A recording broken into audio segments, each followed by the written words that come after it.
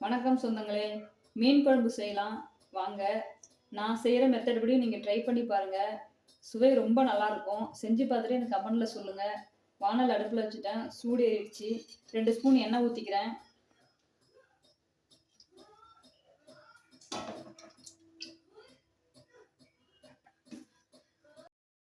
சின்ன வெங்காயம் எடுத்துருக்கேன். இந்த ஸ்டேஜில் அதை வதக்கியிருக்கேன். இப்போ ஒரு 10 பல்லு பூண்டு போட்டுக்கோங்க. என்கிட்ட பூண்டு கம்மியாக இருந்தது, கொஞ்சம் கம்மியாக தான் போட்டிருக்கேன். ஒரு 5 நிமிஷம் வதங்கினதுக்கப்புறம் தக்காளி சேர்த்துக்கலாம்.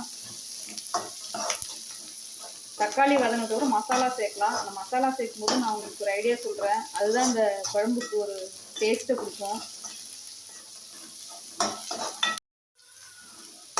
இந்த ஸ்டேஜில் வதங்கினா போதும். இப்போதைக்கு தக்காளி சேர்க்குறேன். ரெண்டு பெரிய சைஸ் தக்காளி சேர்த்துருக்கேன். தக்காளி கொஞ்சம் நல்லா வதங்குறதுன்னு காமிக்கிறேன். வெங்காயம் தக்காளி பூண்டுலாம் இந்த அளவுக்கு வதங்கினா போதும். இப்போதைக்கு மசாலா சேர்த்துக்கலாம். 1 ஸ்பூன் மஞ்சள் தூள்,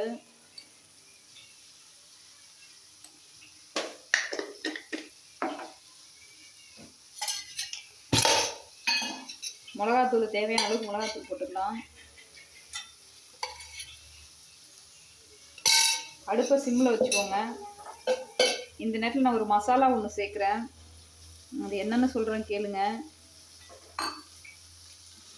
ஈவனாக எடுத்துக்கணும். எல்லாமே எந்த ஸ்பூனில் எடுத்துக்கணும். 2 ஸ்பூனு மிளகு, 2 ஸ்பூனு ஜீரகம், 2 ஸ்பூனு கடுகு, 2 ஸ்பூனு வெந்தயம். 2 எடுக்கணும்னு அவசியம் இல்லை.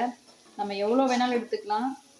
எல்லாத்தையும் சமமாக எடுத்துக்கணும். எடுத்துட்டு தண்ணி எண்ணெய் ஊற்றாமல் வறுத்து எடுத்துக்கணும். அதை வறுத்துட்டு அதை பொடியாக கரிஞ்சு போகாமல் வறுத்து எடுக்கணும். வறுத்து அதை பொடி பண்ணிவிட்டு 1 ஸ்பூன் மட்டும், 1 கிலோ மீனுக்கு 1 ஸ்பூன் மட்டும், சின்ன ஸ்பூனால் 1 ஸ்பூன் போட்டால் போதும்.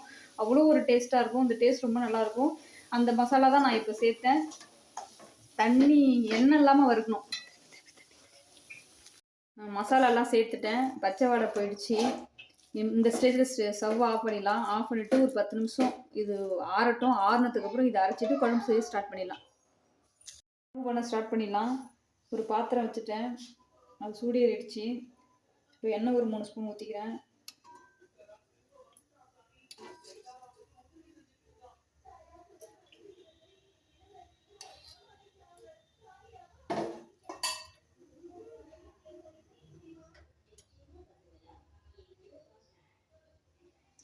கருவேப்பிலை சேர்த்துக்கலாம்.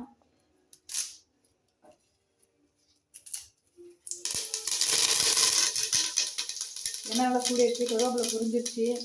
இப்போ நான் அரைச்சி வச்சுருக்க பேஸ்ட்டை சேர்த்துக்கலாம்.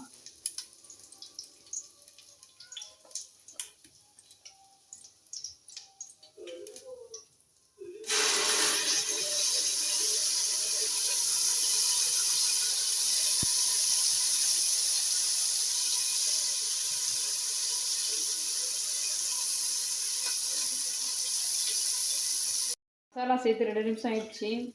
அந்த மசாலா அரைச்ச மிக்சியை கழுவி ஊற்றிக்கலாம். இப்போ புளிக்கரைசல் சேர்த்துக்கலாம்.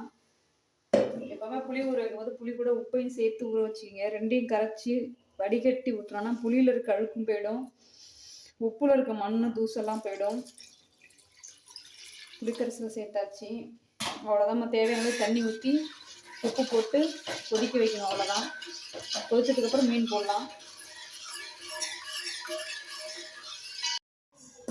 நல்லா கொதிச்சிருச்சு. எண்ணெய்லாம் பிரிய ஆரம்பிச்சிருச்சு.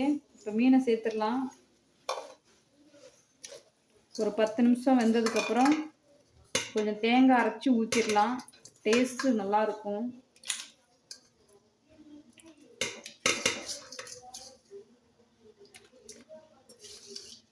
இதே மெத்தடு ட்ரை பண்ணி பார்த்துட்டு எனக்கு கமெண்ட் பண்ணுங்கள். இந்த மாதிரிலாம் செய்து பாருங்கள். ருசி உண்மையாக ரொம்ப நல்லாயிருக்கும். குழம்பு கொதிச்சிருச்சு. கொஞ்சம் தேங்காய் மட்டும் ஊற்றிக்கலாம். தேங்காய் ஊற்றி ஒரு 5 நிமிஷம் கொதிச்சா போதும். அதில் இருக்கிற நல்ல கொழுப்புலாம் கெட்ட கொழுப்பாக மாறிடும். அதனால தான் எப்போவுமே தேங்காவை நம்ம கடைசியாக ஊற்றுறோம்.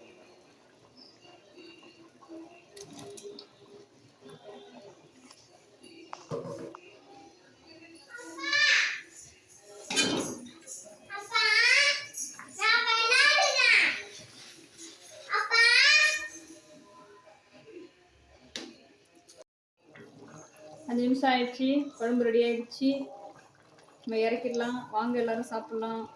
பாய்.